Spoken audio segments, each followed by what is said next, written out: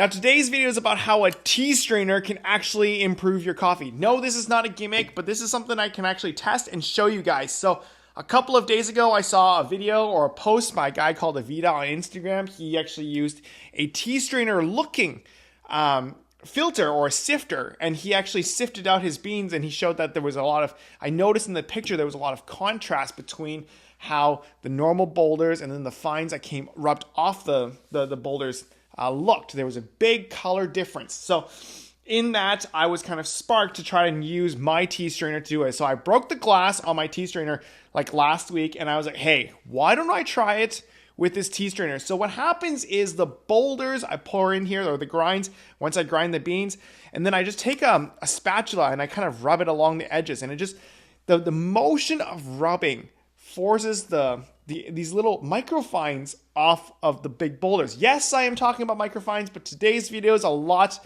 easier to kind of see. I've laid it out. It's going to be a bit of a longer video, so stick with me. But I'm going to show you guys and prove to you guys that there's a difference in flavor and that we can play around with the flow rate just because we remove these microfines. So let's get right into it and do some testing today. So this is what the fines look like on a macro level. Notice that there's the boulders, which is the darker stuff, and then there's the flaky stuff, and that's the lighter stuff. So the lighter stuff, in my opinion, is the microfines. So let me show you guys the sifting process and then how it looks afterwards. So the sifting is quite easy. This is the weapon of choice. This is just a regular like tea kind of thing. I have some grinds in there. I'll empty that out right now. But then I also use a paddle. This is the paddle I use when I do siphon coffees. So what we're going to do is we're just going to obviously not use this plate normally, but for the video, I will be using this plate. So now we kind of made a mess. What I'm going to do now is I'm going to put the sifter on top of the bowl to catch all the microfines. And what you do is you just kind of take this and you just run along the edges. Wait, the lighting is not so good. Let's try this again. So what you want to do is you want to just take it and you just want to lift it. And you're going to see that there's just a lot of grinds coming out the sides. And you just kind of like grating, but from the inside.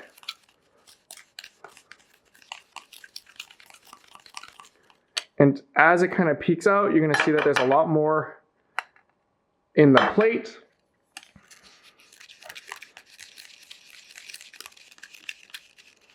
And what we're doing now is we're just rubbing off the microfines from the boulders. You might think I'm actually damaging the coarser grinds, or the boulders as I call them, but in reality, you're going to see that it's not true.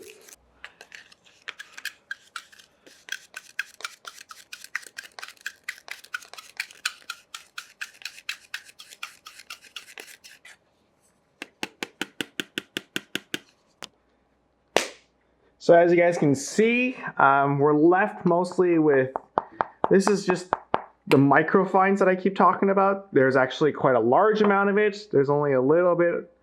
These are the granulars still left in there.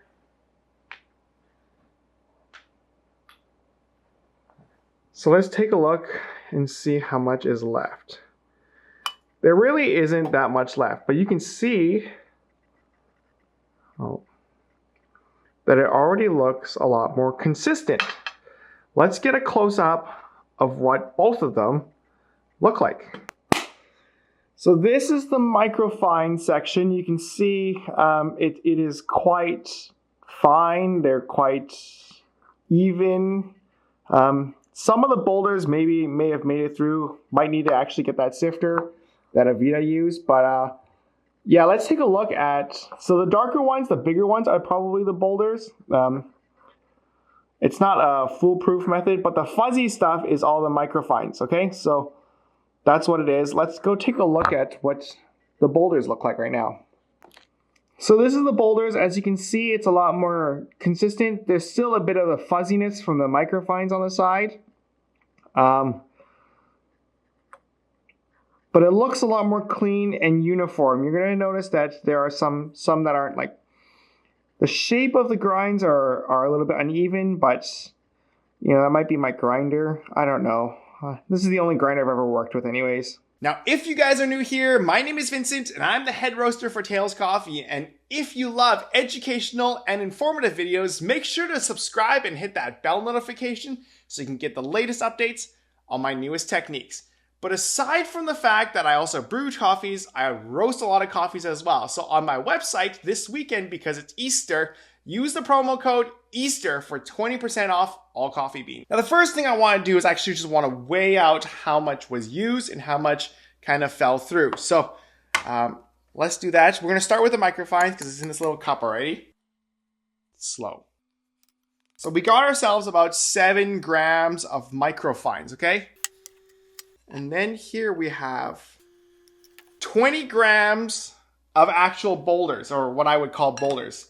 The residual is 20 grams. So I guess the total we had was 27 grams. Now, unfortunately, I actually didn't weigh it out when I was doing this earlier. So in 27 grams of coffee, we have 7 grams of MicroFines, and then we've got 20 grams of the boulders, which means we lost about 23%, I don't know, quick maths or whatever it is, of coffee beans. So let's do a quick taste test actually on what this tastes like before we talk about the brewing and then the implications of removing the MicroFines during the brew. Now, because we have 7 grams of fines here, we're going to put 70 grams of water. It'll be a 1-to-10 ratio. I guess I could do a 1-to-15. Sure, let's do that. So 1-to-15 standard would be 105 grams of water. So I got 105 grams of water. We're going to give that a quick stir, make sure all the grinds have been hit by the water. So let's talk quickly about the fines. The fines themselves, when I look at it, they actually have a lot. They're more like staticky. They stick together more, so they cause more clumping. Now, in my mind, when that happens is when we're brewing coffees normally, and these are incorporated in there. This is what kind of holds the boulders together, which means the water might actually struggle more to pass through. So in general, this is what's going to cause a slower flow rate.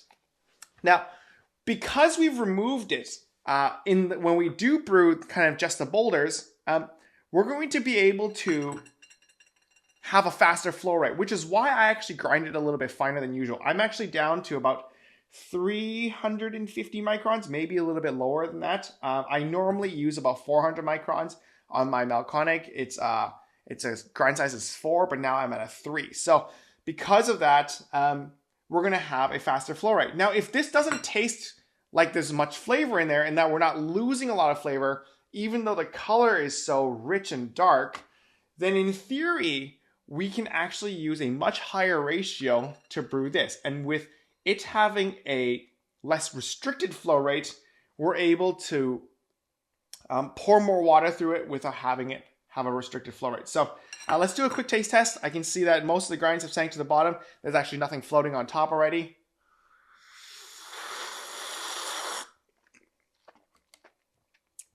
So it is very gritty.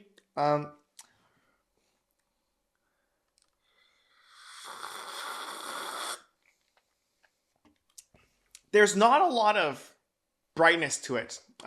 Sure, I didn't filter it out or anything, but normally when you're doing cuppings or something similar to this, you get a lot more sweetness, you get a lot more acidity. There's none of that. This is just very kind of like crackery, very nutty, and actually somewhat on the darker side. So because I think we've removed some of the darker and crackeriness, we're going to have less darkness in the actual brew itself. Now, I'm going to show you guys, because I've grinded a lot and I've tested a lot. I'm going to show you guys actually at the very end of the video the color difference between the two, and how maybe if I were to add some back in, you can actually see that there's a very noticeable difference between the colors. And these colors can actually determine a lot of things. I kind of wanted to do another video on what it means and what kind of flavors I think it is. But I think in general, all the coffees, no matter if it's light, medium, or dark, they have these lighter particles that are the fines. And the fines themselves, as you can see from the macro view, they're a different color from the boulders, and they're much fluffier. And And now that I'm tasting it, they don't have much good taste to them. So let's brew it up. Let's brew up the real coffee. Because we're able to have a less restricted flow rate, we can actually do a higher ratio. There's only 20 grams of beans. I'm probably able to get a really, really tasty coffee with 350 grams of water, but I'm not going to do that. I'm just going to do the 1 to 15, and then I'm going to add a bypass if I find it too strong. So let's try it out. Let's taste it together, and then let's do the bypass if necessary. So here we have everything set up. I've got my dripper. I've got the scale ready. And then these are the beans. These are the boulders that we sifted out. Where's my autofocus? Well, there it is. Look at that. Isn't that pretty? So even and so consistent. Yeah, super pretty. Anyways, there we go. 20.5 grams. No, it's dropping down. 20.3. And on the right side, this kettle has it's boiling water right there. So we're gonna give that a quick stir, as always. We're gonna set the grinds, and then let's start the timer. So you're gonna start pouring in the middle, as always. Now, during my test, what I noticed is because there's none of the fines left, the first drip comes out a lot quicker. So we do want to pour a little bit slower. Now, notice how the gases are just releasing more. It's because the MicroFines themselves don't have a lot of gases. And because we removed them, we actually don't get any clumping anymore. So there's nothing really stuck at the bottom, and it's not as easy to get it stuck at the bottom. I forgot my tile moves a little bit, but let's get to the edges just like a normal pour.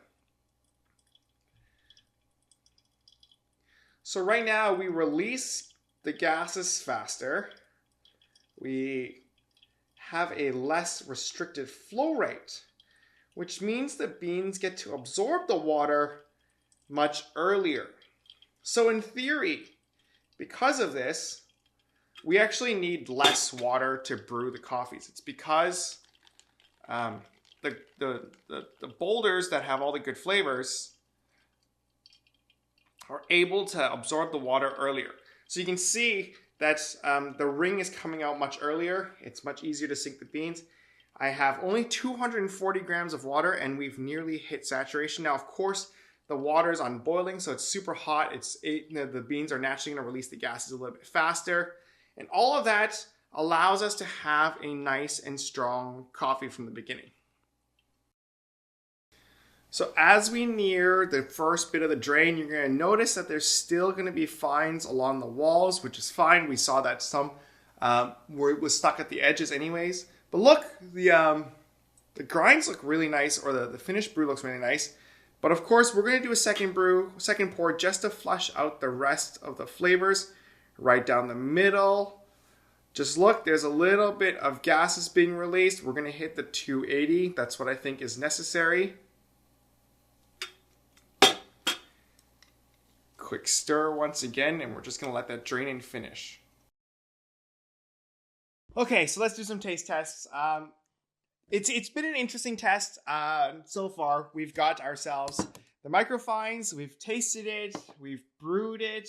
I even got to grind finer. So let's do some taste.